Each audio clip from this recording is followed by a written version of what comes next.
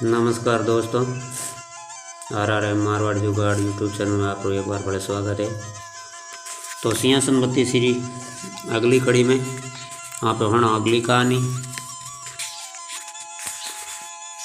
तो 25वीं पुतली त्रिनेत्री नामक 25वीं पुतली की कथा इस प्रकार है कि राजा विक्रमादित्य अपनी प्रजा के सुख दुख का पता लगाने के लिए कभी कभी वेश बदलकर घुमा करते थे तथा खुद सारी समस्या का पता लगाकर निदान करते थे। उनके राज्य में एक दरिद्र ब्राह्मण और भाट रहते थे। वे दोनों अपना कष्ट अपने तक ही सीमित रखते हुए जीवन यापन कर रहे थे तथा कभी किसी के प्रति कोई शिकायत नहीं रखते थे। वे अपनी गरीबी को अपना प्रारब्ध समझकर सदा खुश रहते थे तथा सीमित आय से संतुष्ट थे। सब कुछ ठीक चल रहा था, मगर जब भाट की बेटी विवाह योग्य हुई तो भाट की पत्नी को उसके विवाह की चिंता सताने लगी। उसने अपने पति से कहा कि वह पुश्तैनी पैसे से जो कुछ कमा कर लाता है उसे दैनिक खर्चा तो आराम से चल जाता है, मगर बेटी के विवाह के लिए कुछ भी नहीं बच पाता है। बेटी के विवाह में बहुत खर्चा आता है, अतः उसे कोई और यत्न करना होगा। भाट ये बात सुनकर हंस पड़ा और कहने लगा कि बेटी उसे भगवान की इच्छा से प्राप्त हुई है, इसलिए उसके विवाह के लिए भगवान कोई रास्ता निकाल ही देंगे। अगर ऐसा नहीं होता तो हर दंपति को केवल पुत्र ही प्राप्ति होती या कोई दंपति संतानहीन न रहते। सब ईश्वर की इच्छा से ही होता है और ईश्वर की माया है। दिन बीतते गए पर भाट को बेटी के विवाह में खर्च लायक धन नहीं मिला। उसकी पत्नी दुखी रहने लगी।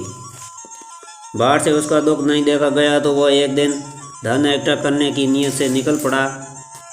जब कई राज्यों का भ्रमण कर उसने सैकड़ों राज अधिकारियों तथा बड़े बड़े सेठों को हंसाकर उनका मनोरंजन किया तथा उसकी प्रशंसा में गीत गाए।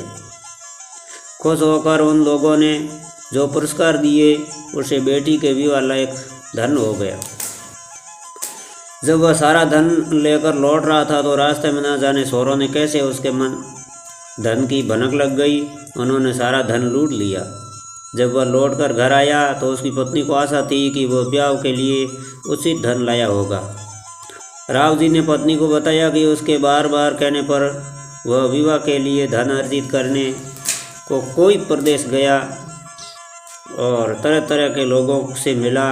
लोगों ने पर्याप्त धन ही एकत्रित कर लाया, पर भगवान को उस धन से उसकी बेटी का विवाह होना मंजूर नहीं था।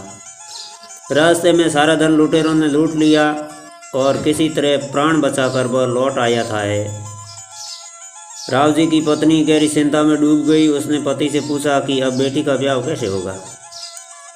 तो भाट ने फिर अपनी बात दोहराई कि जिसने बेटी दी है वही ईश्वर उसके विवाह की व्यवस्था भी कर देगा। इस पर पत्नी निराशा भरी खींच के साथ बोली कि ईश्वर लगता है महाराजा विक्रम को ही विवाह की व्यवस्था करने भेजेंगे।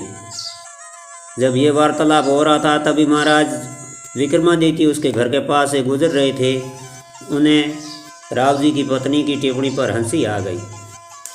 दूसरी तरफ ब्राह्मण अपनी आजीविका के लिए पुश्तैनी पैसा अपना कर जैसे तैसे गुजर बसर कर रहा था। वह पूजा पाठ करवा कर जो कुछ भी दक्षिणा के रूप में प्राप्त करता उसी से आनंद पूर्वक निर्वाह कर रहा था। ब्राह्मणी को भी तब तक वह सब कुछ सामान्य देख पड़ा जब तक कि उसकी बेटी विवाह योग्य नहीं हुई। बेटी के विवाह की चिंता अब सताने लगी तो उसने ब्राह्मण को कुछ धन जमा करने को कहा, मगर ब्राह्मण चाहकर भी नहीं कर पाया। पत्नी के बार बार याद दिलाने पर उसने अपने यजमानों को घूमा फिरा कर कहा कि मगर किसी यजमान ने उसकी बात को गंभीरतापूर्वक नहीं लिया।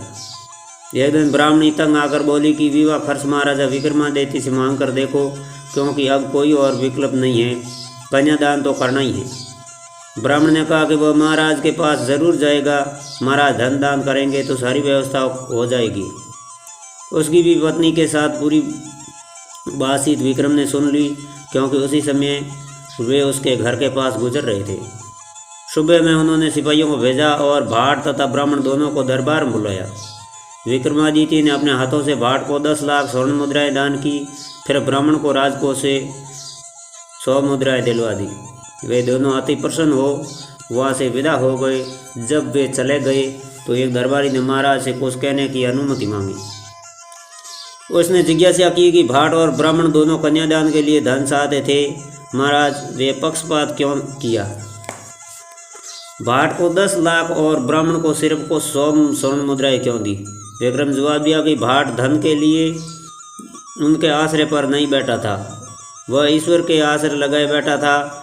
ईश्वर लोगों को कुछ भी दे सकते हैं, इसलिए उन्होंने उसे ईश्वर का प्रतिनिधि बनकर अप्रत्याशित दान दिया है। जबकि ब्राह्मण कुलीन वंश का होते हुए भी ईश्वर में पूरी आस्था नहीं रखता था, वह उनसे सहायता की अपेक्षा रखता था।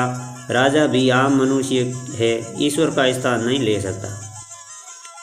उन्होंने उसे उतना ही धन दिया जितने में विवाह अच्छी तरह संपन्न हो जाए। राजा का ऐसा गूढ़ उत्तर सुनकर दरबारी ने मन ही मन उनकी प्रशंसा की तथा सुख हो गया और ईश्वर में विश्वास करने लगा।